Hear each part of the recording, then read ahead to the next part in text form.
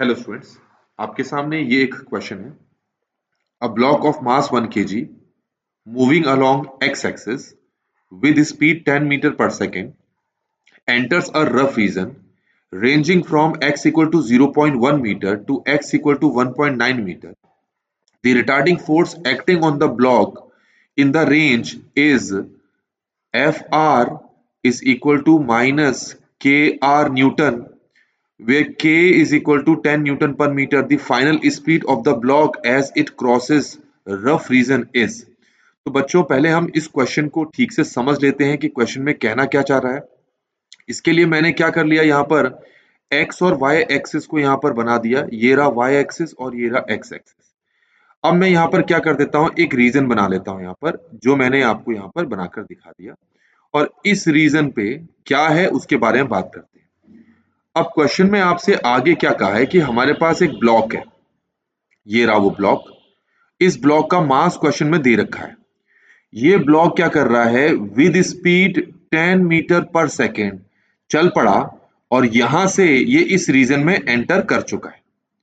अब अच्छा, इस पॉइंट पर जो x है उसकी वैल्यू क्वेश्चन में दे रखी है 0.1 मीटर, और रीजन जहां तक फैला हुआ है वहां पर x की वैल्यू दे रखी है 1.9 मीटर।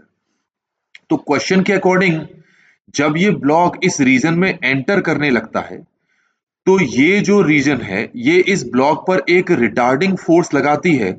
और उस रिटार्डिंग फोर्स के चक्कर में क्या होता है कि जब ये ब्लॉक मूव करता है तो इसकी स्पीड धीमे धीमे कम होती रहती है और एक मिनिमम स्पीड अचीव करने के बाद ये ब्लॉक इस रीजन से बाहर निकल आता है।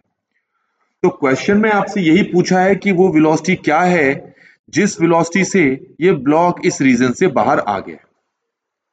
तो बच्चों, यहां पर हम वर्क एनर्जी थ्योरम का यूज करने वाले हैं। क्यों? क्योंकि जिस वेलोसिटी से ब्लॉक एंटर किया था रीजन में और जिस वेलोसिटी से वो एग्जिट हुआ है इस रीजन से, इन दोनों वेलोसिटी के कारण से यहां पर एक काइनेटिक एनर्जी में डिफरेंस आ गया।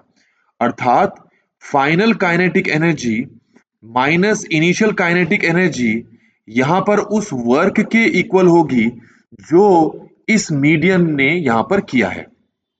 अब क्वेश्चन में ये मीडियम जो रिटार्डिंग फोर्स लगा रहा है उस फोर्स का फॉर्मूला हमें ये दे रखा है F R equal to minus K R, जिसको मैं ये भी बोल सकता हूं F X minus K X, क्योंकि ये ब्लॉक जो है अलोंग एक्स एक्सिस मूव कर रहा है।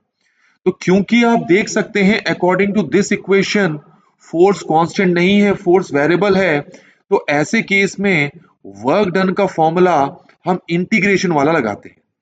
तो फॉर्मूला हो जाएगा हमारे पास ये एफ एक्स डी एक्स, और x की वैल्यू यहाँ पर लिमिट के तौर पर लगेगी तो 0.1 से हम निकाल रखेंगे या 0.9 तक, क्योंकि इसी रेंज पर जो फोर्स है वो वेरी कर रही है। फाइनल काइनेटिक एनर्जी मैंने लिख ली half M V square, initial kinetic energy लिख ली मैंने हाफ एम यू स्क्वायर। अब इसको सॉल्व करते हैं तो सबसे पहले मैं हाफ एम कॉमन ले लेता हूं, तो अंदर V square minus U square हो जाता है। अब यहां पर इंटीग्रेशन में लिमिट है 0.1 से 1.9 और एफ आर हमें दे रखा है minus K x D x. अब यहां पर 1/m, m यहां पर 2 दे रखा है, v हमें पता नहीं है पर इनिशियल वेलोसिटी हमें 10 दे रखी है तो 10 का स्क्वायर हो गया, माइनस के बाहर आ जाएगा और x का जो इंटीग्रेशन है वो हो जाएगा एक्स स्क्वायर ओवर 2, और ये हो जाएगा 0.1 से 1.9। अब ये 2 से ये 2 कैंसिल हो गया तो हमारे पास 2 मल्टीप्लाई ये हो जाएगा वी स्क्वायर माइनस यहाँ पर क्या आ जाएगा हमारे पास ये 100 आ जाएगा। एक बार देख लेता हूं कि मास कितना दे रखा है, 1 kg दे रखा है, 2 नहीं है, तो यहाँ पर हम 1 लगा लेते हैं बच्चों।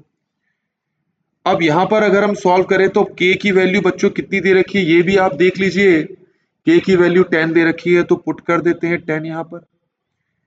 अब यहां पर ये हो जाएगा हमारे पास 1.9 का स्क्वायर 0.1 का स्क्वायर, यहां पर हमारे पास V square minus 100 equal to minus 10 आ जाएगा।